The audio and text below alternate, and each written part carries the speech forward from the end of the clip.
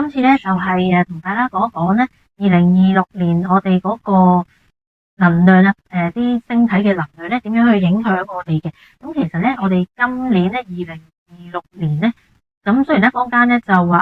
而家已經係新年咁樣樣，但係其實咧而家咧即係喺我哋13占星入邊咧，其實都係 round up 緊2025年嘅。咁因為咧13占星咧嗰個嘅關於 moon cycle 嗰個嘅計法咧，其實係一年入邊咧係有13個月啦。咁每個月咧即係嗰個 moon 嘅 complete 嗰個周期咧，其實係有28日嘅。咁所以咧，即係如果喺中式嗰方面咧，咁其實即係我哋農曆咧，因為我哋每個月咧都係有30噶嘛，咁所以咧就係比我哋13占星嗰個咧係多咗2日嘅。咁於是乎咧，即係喺中式嗰個角度咧，就需要咧4年咧，咁會有一個閏月咧嚟到去compensate 翻啦嗰個嘅 cycle 嘅。咁所以咧，我哋13占星入邊咧，其實咧而家係未足以咧係去到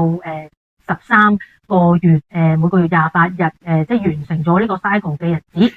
咁咧，所以我而家咧都係話係 preview 啦，呢個2026年啦，又或者係呢個農曆嘅馬年嘅，即係而家係一個 preview 嘅時間嚟嘅。咁所以咧真正咧我哋嗰個新年嘅時間咧，咁係呢個2月17號嘅。咁2月17號咧就係我哋嗰個真正嗰個農曆年嘅新年啦。咁咧而咧我哋一開波嘅時候咧就非常之得意啦。咁咧因為咧呢一個嘅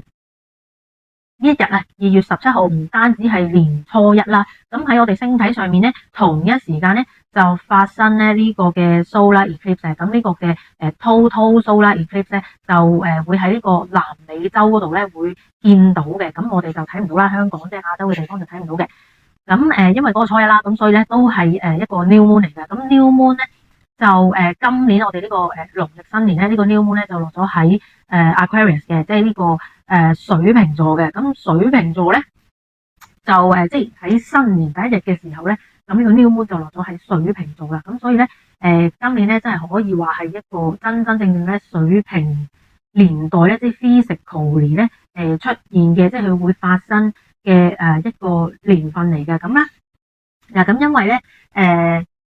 呢個係馬年啦，即係喺我哋嗰個華人嘅世界咧，呢個馬年啦。咁而將呢一個嘅馬年咧 apply for 我哋嗰個13占星系統入邊咧，咁其實馬年嘅能量咧就係同大家估下會同邊一個星座咧係會有一個互相連結嘅意思咧。咁因為我上年咧2025年咧就即係都講過啦，呢個蛇年咧就差唔多等同於咧呢個天蠍座嘅能量嘅。咁而呢個26年咧，呢個馬年咧大家可能會估錯嘅喎。因為咧呢一個嘅馬年咧喺我哋占星入邊咧，咁其實咧就係同呢個雙魚座嘅能量咧係非常之吻合㗎。咁所以咧其實咧今年咧喺我哋嗰個現實世界嗰個 background 入邊咧係會受到呢一個雙魚座嘅能量影響。換句啲咁講，即係話我哋嗰個 background 即係身邊所發生嘅事咧係好雙魚座。咁其實雙魚座嗰個能量即係代表咩咧咁樣？咁其實咧我哋雙魚座咧喺呢個 symbolism 上面咧即係我哋睇翻咧雙魚座嘅嗰個 symbol 咧，咁係有2條魚啦。咁咧一條游向東，一條游向西，又或者係一條咧就游向北，另外一條咧就游向南咁樣。咁所以咧係南轅北轍㗎，即係而家已經係各散東西㗎。咁係啊，就唔會再可以係同框嘅視野入邊咧會見到嘅一個情況嚟嘅。咁所以咧可以咁講，就係話呢一個嘅所謂 timeline split 咧，就真係喺我哋嗰個 physical 上面咧就會發生噶啦。咁咧由於2026年咧嗰個嘅 number 咧，即係加埋咧嗰個 number 咧係number one 啊。咁number one 咧喺呢個 numerology 嚟講咧，或者喺宇宙上面嗰個解讀咧，就係咧number one 就係 new beginning 啦。咁所有嘢嘅開始嚟嘅。咁而咧number one 咧喺我哋占星入邊嚟講咧，其實佢係代表住太陽嘅。咁其實太陽咧嗰個意思係咩咧？會影響我哋啲乜嘢咧？即係係啦，點樣會影響我哋咧？咁其實我上次嗰個嘅 video 咧都略略咧講咗少少噶啦。咁咧太陽咧，因為有太陽咧，我哋先見到所有嘢。咁而太陽咧，亦都係代表住我哋嘅 spirit 啦，我哋嘅 soul 啦。咁因為咧將佢咧放咗喺呢一個嘅雙魚座嘅能量嘅background 入邊咧，咁代表係咩咧？即係其實咧，我哋個 spirit 入邊所有嘅 image 咧，都係會 project 出嚟嘅。咁咧，所以咧before 咧呢個2026年之前嘅呢2年咧，咁我哋身邊啊社會上面啊，咁就發生咗好多啲極其不可思議嘅事啦。我咁都可以發生嘅咁樣啦，即係最近嘅Donald Trump 啦，俘虜呢一個嘅奧多瑞拉總統嘅嗰件事，即係都係一個好 significant 嘅一個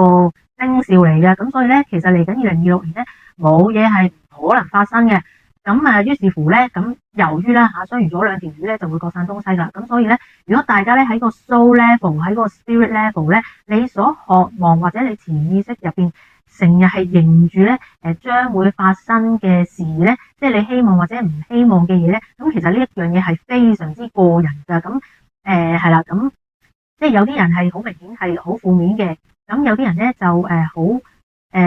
都去到好極端嘅時間咧，咁佢 overcome 咗呢個內在嘅 fear 咧，咁就係真正咧就進入佢嗰個 soul level 咧，要去 manifest 一啲好嘅嘢咧嘅人啦嚇。咁而中間嘅嗰批咧，即係依然係有好多模糊嘅人咧，咁其實咧喺2025年年尾嘅時候咧，就喺佢嗰個生活上邊咧，工作上面或者係關係上面咧，咁其實咧就已經發生咗一啲事啦，咁咧就要係加速咧，佢哋要去轉入去內在咧，去 cleanse 嗰個潛意識入邊依然有嘅一啲負面嘅思想啦、習慣啦，咁咧就令到佢哋咧快啲要加速去 cleansing 啊，咁咧就進入呢個2026年嘅時候咧，咁就好快啲去manifest 你嘅 positive 嘅 dreams 啦，咁否則咧咁你就會咧將佢咧遊向咧佢負面嘅嗰個現實世界入邊噶啦，咁所以咧係啦。2026年咧係將會非常之嗰個結果會非常之極端嘅一個狀態嘅，會係極端嘅差或者係極端嘅好嘅。咁所以咧即係個人嚟講咧，咁其實喺呢度咧就講唔到嘅係啦，因為每個人出世嘅時間咧，即係佢嗰個 natal chart 咧都係會好唔同嘅。咁所以咧喺2026年咧大家嘅遇到嘅事咧係都會好極端嘅，好唔同嘅。咁但係咧就我哋可以咁睇啦，因為下年咧就呢個雙魚座嘅能量係 dominant 啦，咁所以咧我哋就可以睇，其實咧即係呢一個 Jupiter 啦，即係呢個木星啦，同埋海王星咧，將會係非常之具有影響力嘅一年啊！咁當然啦，太陽 number one 就係第一啦。咁因為今年2026年係嗰個number 係 number one，咁太陽就一定係會有一個好大嘅 impact 㗎。咁對我哋嚟講，咁所以咧，其實之前咧都係講咗好多年嘅 solar flash 咧，會唔會係真係2026年咧會發生咧？咁即係當然啦，冇人係可以100%去肯定呢一樣嘢。咁但係咧就即係我哋引上年為鑑啦，2025年啦。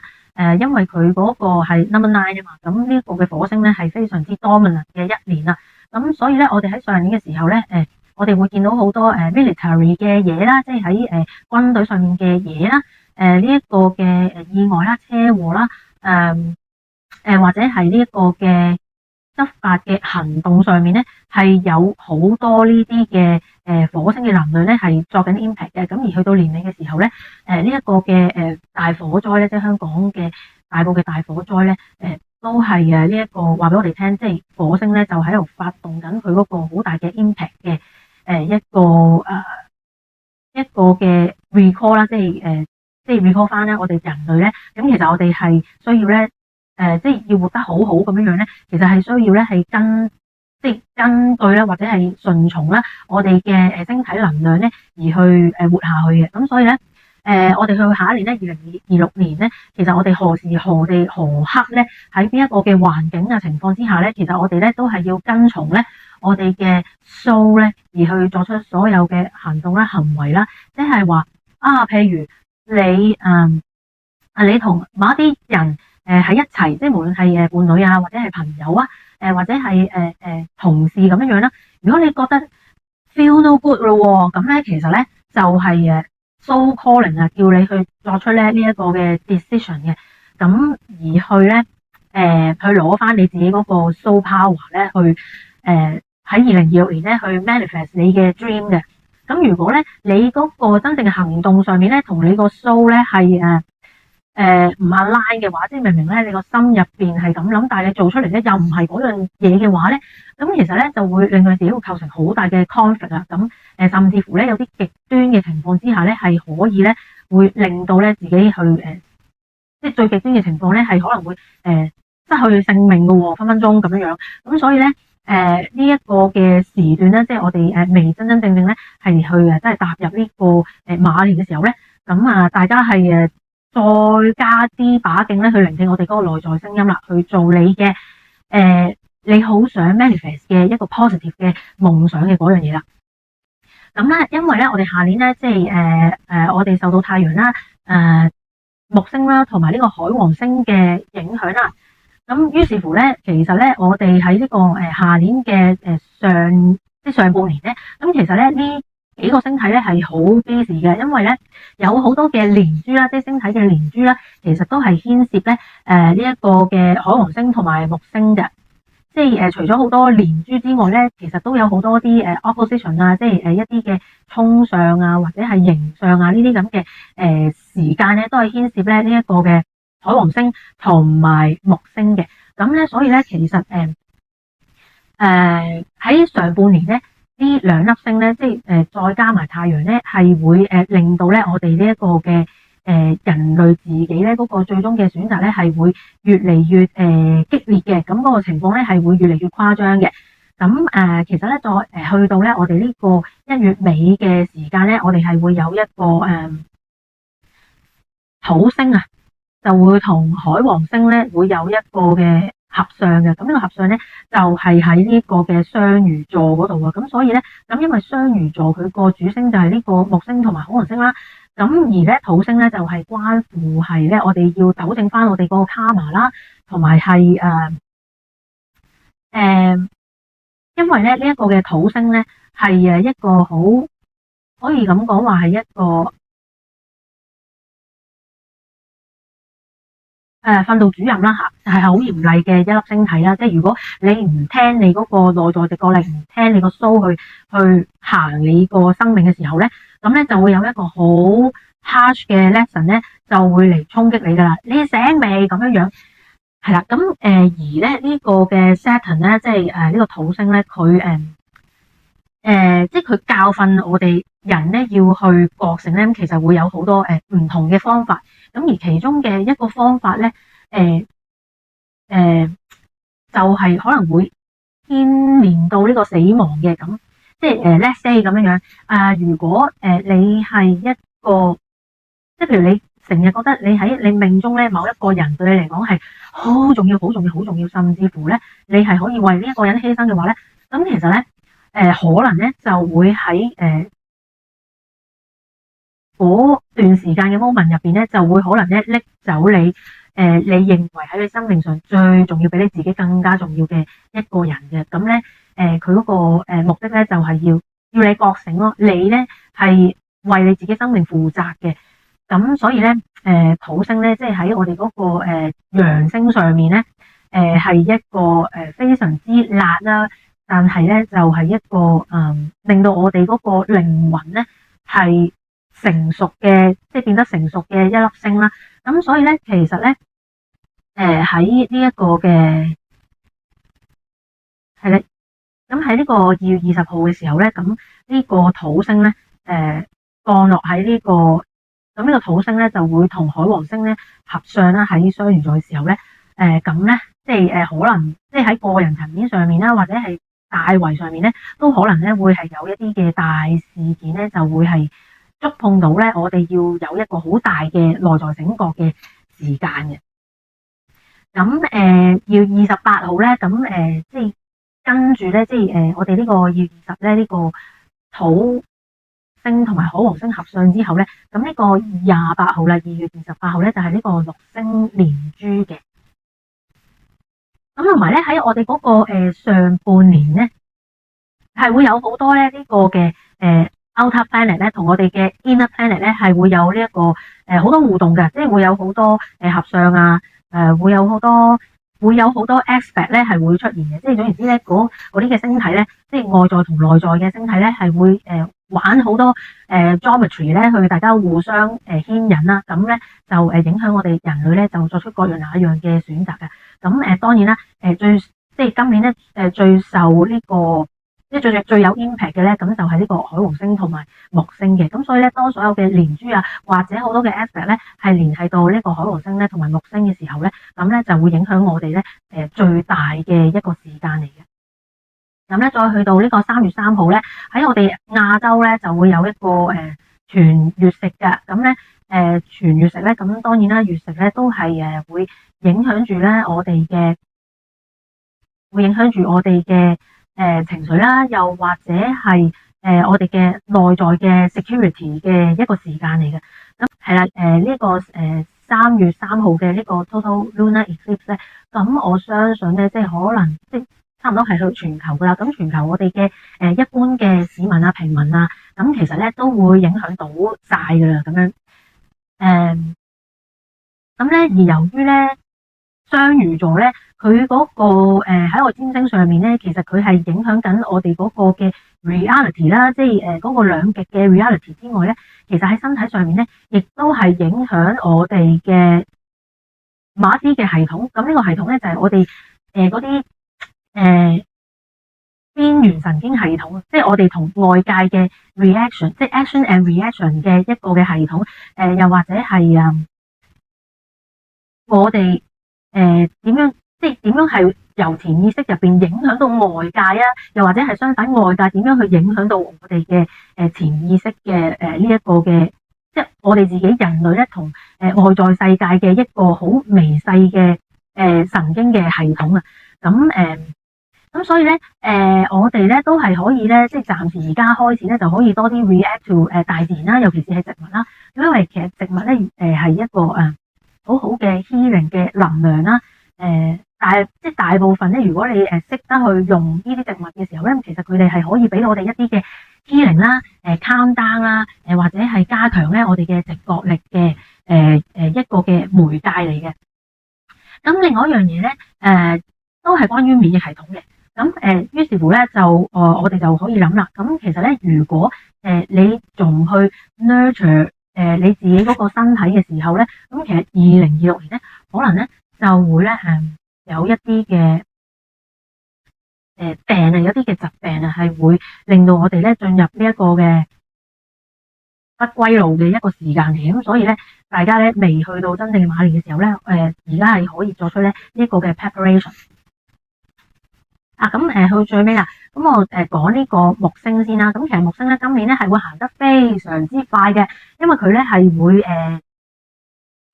轉移2個星座宮位嘅。咁而家咧佢就喺雙子座啦。咁喺今年嘅年尾嘅時候咧，佢木星咧就會移到去獅子座噶啦。咁所以嗱，雙子、巨蟹、獅子座，咁所以咧木星咧今年咧係會移動2個宮位，即係立咗3個嘅星座嘅宮位嘅。咁我哋由而家年頭嘅時候咧，木星就落喺呢個雙子座啦，就係關於我哋喺思想層面啦，或者係 information 嘅層面，即係都會喺一個頭腦上邊嘅一個層面嘅一個好大嘅改變啦，或者係加速咧，我哋去攞翻我哋嘅 wisdom 啦，即係我哋與神對話入邊咧係好多嘅內在嘅 wisdom 咧，就係攞出嚟嘅時間啦。咁而咧去到年尾嘅時候，因為咧木星已經係落到去獅子座噶，咁所以咧獅子座咧就係即係佢個主星係太陽啦。咁所以咧就係一個creation 係一個好強烈嘅 creation 嘅時間嚟嘅。咁所以咧去到年底嘅時候咧，每人嗰個內在咧佢想 create 嘅東西咧，咁其實咧喺年尾嘅時候咧就會出現咗一個好誇張嘅成形嘅一個時間啦。咁咧而咁啱咧，我哋嘅北交點咧喺年尾嘅時間咧我記得係好似由10月開始。咁呢一個嘅北交點咧就會由呢一個水瓶座咧就進入呢一個嘅山羊座噶。咁山羊座就係關於 structure 啦，即係喺物質層面上面嘅一個 structure 啦，即係會見到嘅一個嘅情況嚟嘅。咁所以咧係啦，咁而家我哋由年頭咧至到去年尾咧，就會由你思想上面所有嘅 idea 咧，咁去到年尾嘅時候咧就會成形嘅可以見得到嘅一個回收嚟㗎啦。咁所以咧，2026年咧就係一個非常之重要，而且係即係如果大家係可以保持住 positive 啦，同埋係保持住咧你內在同外在或者係你個理性同埋你嘅 emotion 咧係能夠咧 ride the wave 咁樣去行嘅話咧，即係唔好勒住自己嘅能量啊，係啦。咁尤其是係感覺啦同埋情緒啦，咁即係唔好勒住自己嘅所有 energy flow 咯。咁你跟住佢去 flow，咁同一時間咧，你係去即係作出呢一個嘅理性嘅判斷，即係呢一個嘅理性咧，係火咧。咩叫理性嘅判斷咧？即係嗰個 outcome 咧，其實你就係要令到你自己身體健康，即係你作所有嘢嗰個嘅思想咧，其實去到嗰個 outcome 咧，你其實即係作決定，即係嗰個理性嘅決定，你做個決定其實係 based on你要為你自己嘅健康負責，咁呢個先至係作為一個理性嘅決定。咁所以我哋咧除咗要ride with 呢個emotion 啦嘅感覺之外咧，就要作出呢一個嘅理性嘅決定咧。咁呢一樣嘢咧就係可以幫助我哋咧去作出呢一個嘅 balance 嘅。咁係啦，咁所以咧其實呢個2026年咧，大家係可以多多去運用咧我哋嗰個想像力啦，去行你嘅 soul creation 之外咧，咁當然啦，你都係要睇翻你而家嗰個情況環境啦，你要maintain住你嘅身體健康去 create 咁樣，即係咁樣咧就會比較穩陣啲咯，咁樣嘅係啦。咁所以咧今日咧我所講嘅呢個2026年嘅星體能量咧，咁就差唔多啦。咁我哋咧就下次咧就再講關於太陽嘅嘢啦。咁係啦，因為咧去到2026年咧，咁即係我哋 so call 咧呢個 soul creation 啦，即係你嗰個內在世界想投射出嚟嘅一個嘅目標咁樣樣啦，係要 align 噶嘛。咁而我哋呢個13占星咧，咁其實咧呢一個嘅太陽星座咧，亦都係代表住我哋嘅 soul 嘅。咁所以咧嚟到去來年咧2026年咧，咁其實咧即係本人啊，我自己咧就會係會咁講噶啦。咁係啦。以前無論你覺得你自己個太陽星座係乜嘢都好啦吓，即係譬如你喺十二占星入邊，咁你可能係呢一個白羊座嚟嘅，咁話咁其實咧喺呢一個13占星入邊咧，咁其實咧你好大機會咧你係向前褪咗一個星座嘅，咁所以咧你而家咧就係呢個雙魚座噶。咁如果你以前咧係呢一個處女座嘅話咧，而家咧你可能咧就係呢個獅子座嚟嘅，咁所以咧大家咧就要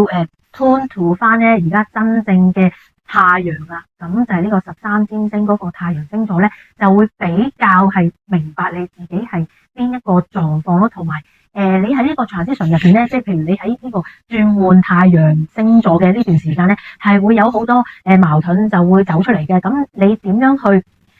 作出呢一個嘅選擇咧？咁我之後咧就會慢慢咧同大家去逐個星座咧就會去